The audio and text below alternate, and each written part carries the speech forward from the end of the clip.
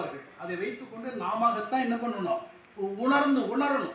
அதுக்காக தான் பலவற்றை மறைப்பார்கள். அந்த வகையில மறைத்தல் தொழில். இப்படி உலகத்துல பிறந்து எண்ணிக்கை பக்குவத்தை அடைகிறதோ அன்னைக்கு அருளல் தொழில். இப்ப மாணிக்கவாசகர் பெருமான் அருள்பாலிக்க போகிறான். இந்த அருளுக்கு இப்படி 5 தொழிலை அவன் ஆற்றுகிறான். ஆற்றுவதற்காக அவன் பயன்படுத்துவது இந்த உலகமும் உடம்பும். அதை எதிலிருந்து படைத்துக் கொடுக்கிறான்? மாயை என்ற ஒரு தன்னுடைய உடைமை பொருளாக்கி மூலப்பொருளிலிருந்து படைத்துக் கொடுக்கிறான். இந்த உடம்பை வச்சு நாம் என்ன பண்றோம்? வினைகளை செய்கிறோம். ஒவ்வொரு செயலும் வினைதான். நம்ம உட்கார்ந்து இப்ப கேட்டுக்கொண்டிருப்பதும் நான் பேசிக்கொண்டிருப்பது ஒரு வினை. சாப்பிடுவது ஒரு வினை. சாப்பிடுவதற்காக நம்ம எத்தனையோ தயாரிப்புகளை எல்லாமே வினைதான். வினை இல்லாமல் உலகம் கிடையாது. வினைகளை செய்து கொண்டே இருக்கணும். ஒரு குறிப்பிட்ட காலம் வரும், ஒரு பக்கம் வரும். அப்பொழுது நம்ம என்ன செய்வோம்னா பற்று இல்லாமல் வினையை செய்யும். இப்பெல்லாம் பற்றோடு செய்வோம். பற்றில்லாமல் வினை செய்கின்ற ஒரு காலம் வரும். இதுக்காக தான் பெருமான் இந்த உலகத்தை படைத்து பிறவியை கொடுத்துட்டு இருக்கிறான். இதை விளக்குவது தாங்க நமச்சிவாயம். ந என்ற சொல்லுக்கு நடப்பு என்று பொருள். நடப்பு என்றால் உடம்பும் வினையும் என்று பொருள். ம என்றால் மறைப்பு, ஆணவம் என்று பொருள். சி என்றால் சிறப்பு, சிவம் என்று பொருள். வ என்றால் வனப்பு, அருட்சக்தி என்று பொருள். ய என்றால் யாப்பு, உடம்பு என்ற இந்த 6 தாதுக்களால் கட்டப்பட்ட உடம்பின் உள்ளே உள்ள உயிர் என்று பொருள். அப்ப ஓம் என்ற அகரம், உகரம், மகரம் இந்த 3 என்ன ஆகுது? உலக நிலைக்கு வந்த பிறகு 5ஆக மாறுகிறது. பொருளும் 5, பொருளை குறிக்கக்கூடிய ஒலி குறிகளும் 5. அதைத்தான் இங்க சொல்லுகிறார். போற்றி ஓம் நமச்சிவாய. சொல்லுமா? புரியல? நடப்பு. நடப்புக்கு விளக்கம் உடம்பும் வினையும்.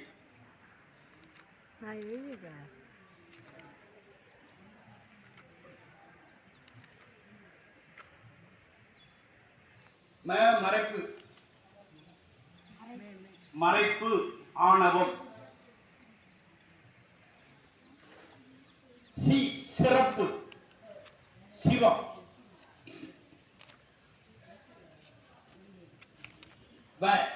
வனப்பு, அருட்சக்தி. வனப்பு, அருட்சக்தி. யாப்பு, 6 தாதுக்களால் கட்டப்பட்ட உடம்பு. யாத்தன்னா கட்டுதல், யாத்த உடம்பு. அது உள்ளே இருக்கக்கூடிய உயிர். அதுதான் இப்ப 3 பொருள் 5 பொருளாக மாறிவிட்டது. இதுதான் உலகம். இங்க பரத்துல இருக்கின்ற போது உலகத்துக்கு வந்தாச்சுன்னா நமச்சிவாய். இதுதான் மந்திரம். இந்த மந்திரம், இது மந்திரம். மந்திரம்னா என்னன்னு தெரிந்து கொள்ளணும். அதாவது இந்த மந்திரம் ஓதுறதுன்னு இருக்கிறது மந்திரமே கிடையாது, ஏமாத்துறதுன்னு. மந்திரம் ஓதுறதுன்னு ஏமாத்துன்னு சொல்றாங்க. அதெல்லாம் ஏமாத்துற வேலை. அதெல்லாம் ஒலி குறிப்பு. நமக்கு நம்ம வாயிலெல்லாம் நுழையாது. அந்த மாதிரி சத்தங்கள் போட்டா நமக்கு ஒரு அறிவு வரும், பயந்துருவோம். ஒரு பெரிய உண்மையை தெரிந்து கொள்ளணும். உலகத்துல எவரையும் மற்ற எவராலும் ஒன்றும் செய்ய இயலாது. இதோ உண்மை. ஆனாலும் நிறைய தீங்கு நடக்குது. என்ன காரணம்?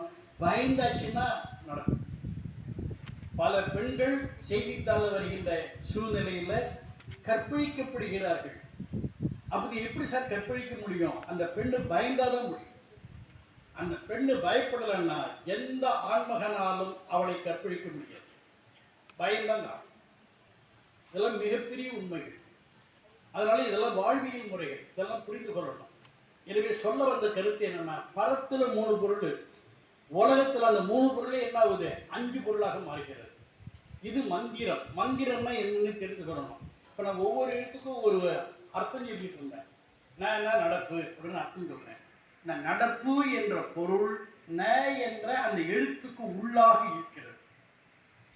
நாம சத்தியத்துக்கு கட்டுப்பட்ட ஆளாக, நேர்மையான ஆளாக, கடவுளை சார்ந்த ஆளாக இருந்தால் நாம் அந்த ந என்று சொன்னால் அது நடைமுறையில நடக்கும். அதுதான் மந்திரம். எழுத்தின் உள்ளே உள்ள ஆற்றல் நடைமுறைப்படுத்தப்படும் என்றால் அது மந்திரம்னு பேர். இதை விட்டுட்டு நம்ம தப்பு தப்பா போட்டு எவனாவது ஒருத்தன் புரியாத ஒரு சத்தத்தை எழுப்புனா அதை நம்ம மந்திரம் நினைச்சிட்டு இதெல்லாம் நம்மளுடைய அறியாது. திருவாசகத்துல நீங்க ஆழ்ந்து படிச்சீங்கன்னா இதுல இருந்தா நம்ம தப்பலாம், பயப்பட வேண்டிய அவசியம் இல்லை.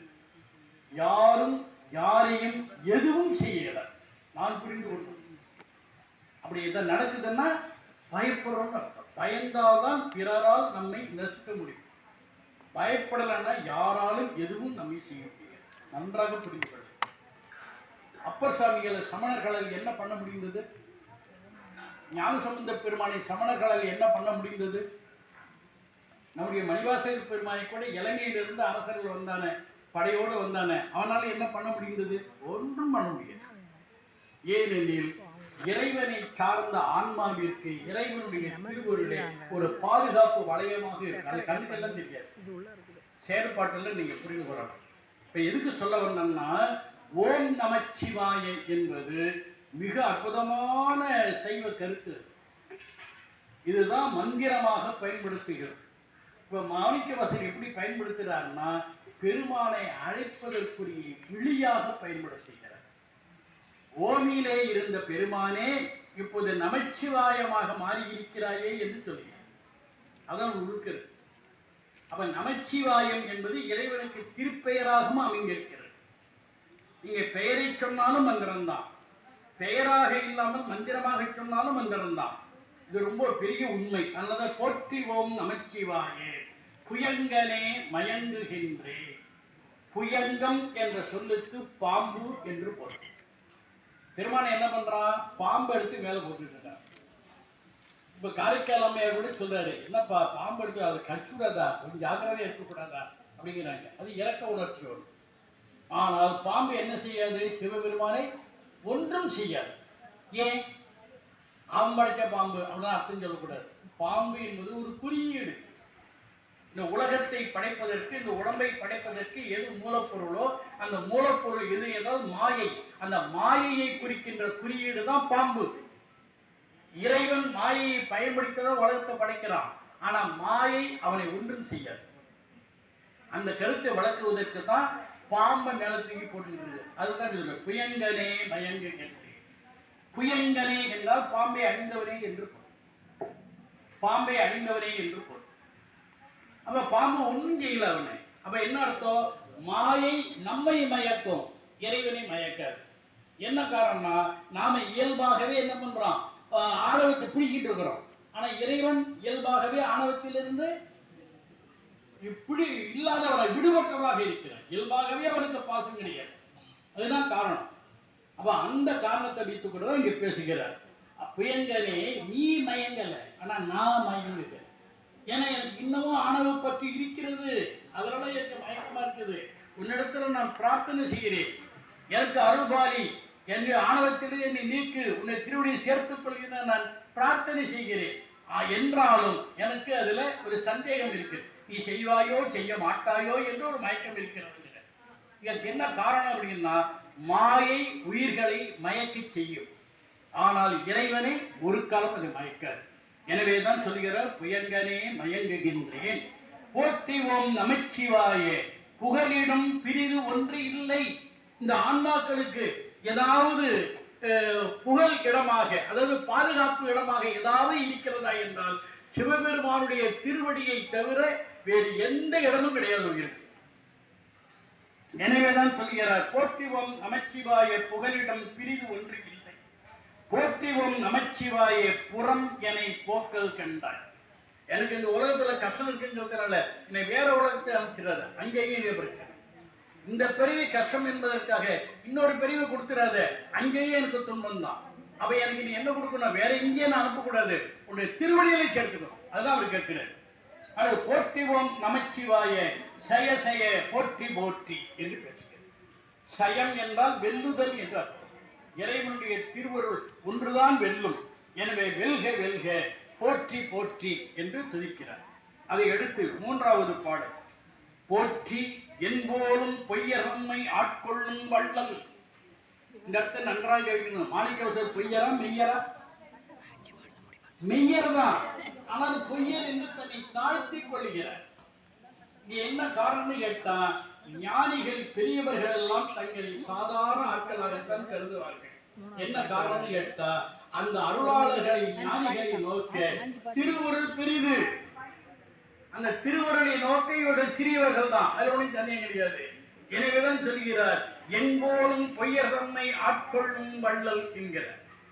அது என்ன பொய்னா, அது பொய்க்கு வழக்கம் என்னன்னு கேட்டா, மனசுல அன்பு இல்லை, ஆனா வாயினால அன்பு உள்ளது போல பேசிக் கொள்ளுதல்.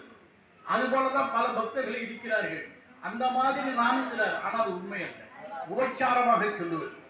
அதை எடுத்து சொல்லுகிறார், போற்றினின் பாதம் போற்றி நாதனே போற்றி போற்றி உன்னுடைய திருவடி போற்றி. ஏன்னா உயிர்களுக்கு புகழிடும் திருவடி தான், வேற எதுவும் கிடையாது. நாதன்னா தலைவன் அர்த்தம். உயிர்களுக்கு தலைவன் யாரு? சிவபெருமான். இறைவன் சிவபெருமான் ஒருத்தன் தான் உயிர்களுக்கு தலைவன், மற்ற எவனும் கிடையாது. நினைவில் வைத்துக் கொள்ளணும். இதெல்லாம் நம்முடைய பாரம்பரிய கருத்து. நம்முடைய பெரிய புராணத்துல இயற்பகை நாயனார்னு ஒருத்தர் இருக்கிறார். உங்களுக்கு கதெல்லாம் உங்களுக்கு தெரியும். அவர் என்ன பண்ணுவார்னு கேட்டீங்கன்னா, எந்த அடியார் வந்து எதை கேட்டாலும் கொடுத்துருவார். இல்லைங்கிற வார்த்தை அவர் வாயிலிருந்து வரவே வராது.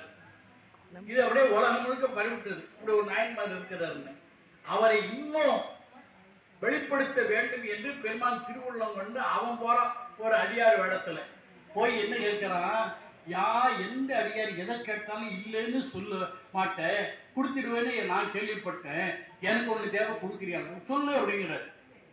பெருமான் என்ன, உன் பொண்டாட்டி கொடு கொடுத்துட்டாங்க. அவளை கூப்பிடுறா, பொண்டாட்டி கூப்பிட்டு, இப்பொழுது உன்னை இவருக்கு கொடுத்து விட்டேன்னு பொண்டாட்டி சொல்றான். இப்ப பொண்டாட்டி ஒரு வார்த்தை சொல்றான். யாரு யாரு? எந்த நாயன்மாரு?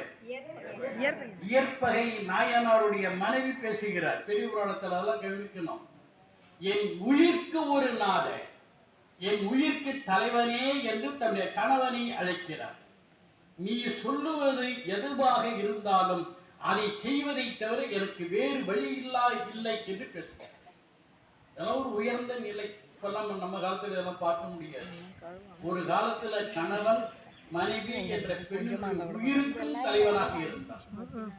இப்பெல்லாம் உடம்புக்கு மட்டும்தான் தலைவனாக, உயிருக்கெல்லாம்